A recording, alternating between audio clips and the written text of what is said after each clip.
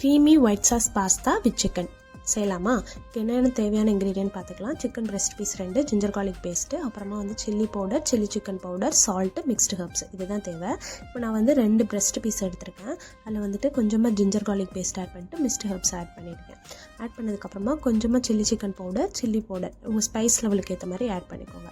இப்போ லெமன் வேணும்னா ஆட் பண்ணிக்கலாம், அது ஆப்ஷன் தான், நான் ஆட் பண்ணல, உங்களுக்கு வேணும்னா ஆட் பண்ணிக்கோங்க. சால்ட்டு தேவையான அளவு போட்டுட்டு நல்லா மேரினேட் பண்ணி அப்புறம் 30 மினிட்ஸ் வரைக்கும் நம்ம ஊற வச்சுக்கலாம்.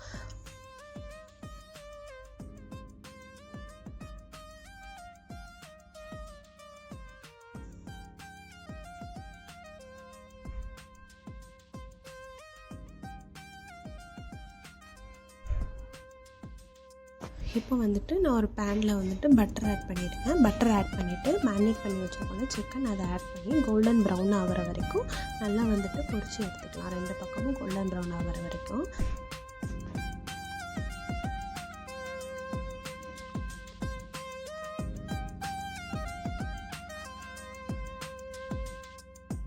இந்த மாதிரி நல்லா கோல்டன் ப்ரௌனாக ஆகணும்.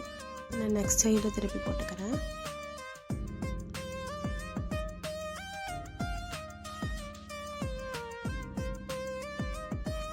ஓகே, சிக்கன் ரெடி ஆயிடுச்சு. இப்போ பாஸ்தா எப்படி செய்கிறதுன்னு பார்க்கலாம்.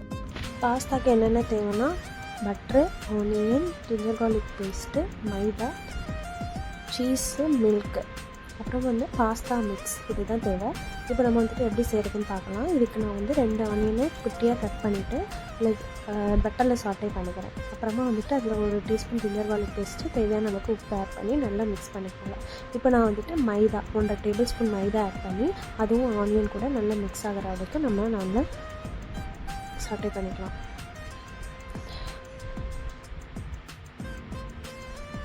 நல்லா சாட்டே ஆனதுக்கப்புறமா நம்ம கொஞ்சமாக பட்டர் ஆட் பண்ணிக்கலாம். பட்டர் நல்லா மெல்ட் ஆகி ஆனியன் கூட மிக்ஸ் ஆகட்டும்.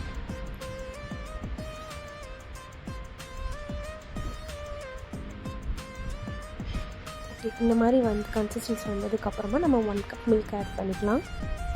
மில்க் நல்லா கட்டியாகிற வரைக்கும் நம்ம நல்லா கிண்டிக்கலாம்.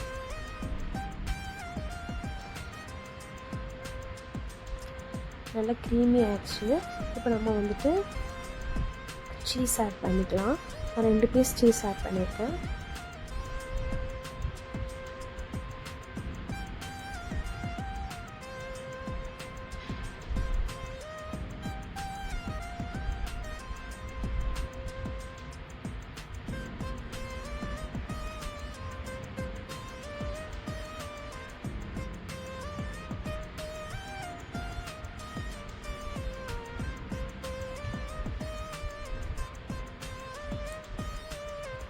இப்போ நம்ம ரெட் சில்லி சாஸ் ஆட் பண்ணிக்கலாம்.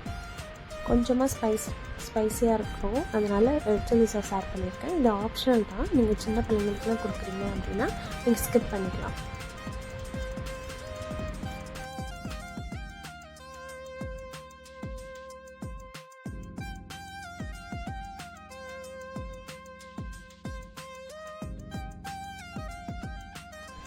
இப்போ கொஞ்சமாக பாஸ்தா மிக்ஸ் ஆட் பண்ணிக்கலாம்.